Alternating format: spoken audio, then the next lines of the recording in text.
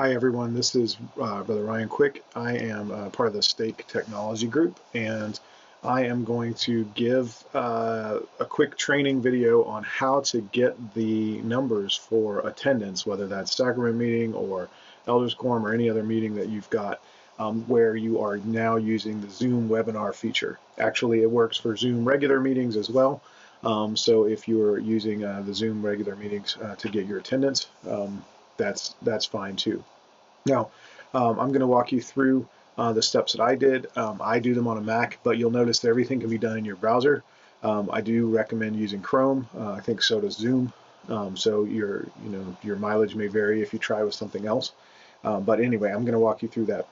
Now, one thing that I will say that we are encouraging everyone to do is to have your attendees use their name that they register as they attach to the webinar to put the number of people that are actually watching the broadcast in that number.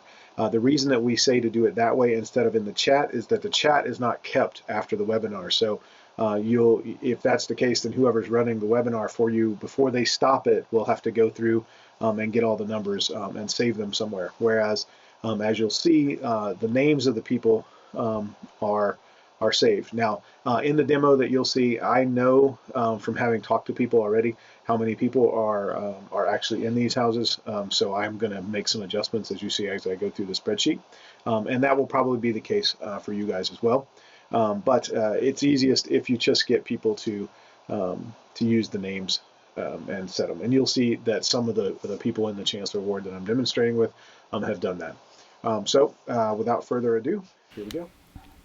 Okay, so as you see here, I am just going to start a regular Zoom session. Like I said, I'm using Chrome, and we're just waiting for it to go in. Once you're in, you go to the sign-in screen, and I am going to sign in here using the account for the Chancellor Ward. You guys all have usernames and passwords for your respective places, and you can go ahead and do that. I'm going to choose not to sign in permanently here because I use this computer for lots of other things.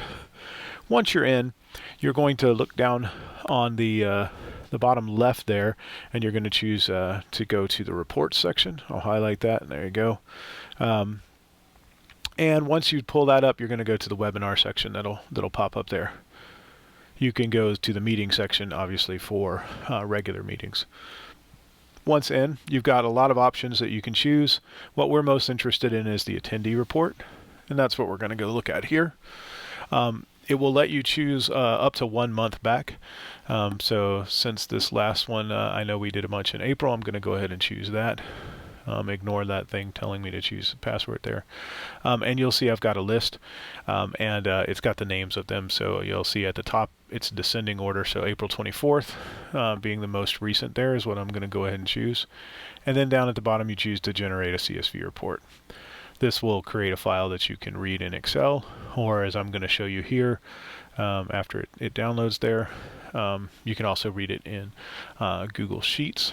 So I'm going to just take that file that was created. I'm going to upload that to my Google Drive. It should appear in a second. There we go. And I'll right-click that and choose to open with Google Sheets. Here we go. Now Google Sheets will load that, and it should have almost everything that you're looking for pretty much as soon as it comes up. However, you'll notice that the number of attendees when it loads, and I'm going to expand all of these with a little bit of magic. I'm going to do the first one, and then I'm going to cut to where they're all done. So there you go. Okay, you'll see up there that the total number of attendees in this case is listed as 16, but we know that a lot of people have more than one person watching at home. And so, as I said, we've requested our folks to list their names and put the number that are watching. And then I also happen to know the people in the ward, and I know how many people they had already attending this one. So what I'm going to do is I'm going to add a column here, and I'm going to just make this column be the total number of people that are watching. and I'm going to go ahead and put the numbers in by next to the family name. So we'll go down there, and I'll do this really quick. At least I hope.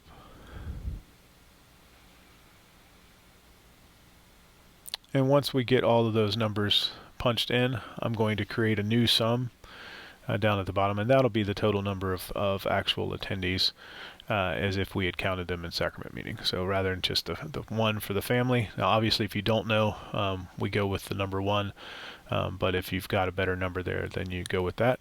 So I'm going to create a new sum field, and I'm just going to sum up those records there. It gives me a new total, not of 16, but of 37, and that's the number of actual watchers that we had attending that week on the broadcast for April 24th for Chancellor Ward. So that's it. That's the way to do it, and I hope that this was helpful. And if you have any questions, then don't hesitate to get a hold of us, and we'll let you know. But hopefully, rather than having to wait for us to run the numbers for you like you used to, you'll be able to do this on your own and get them anytime your bishops or your counselors would like them. So thanks a lot.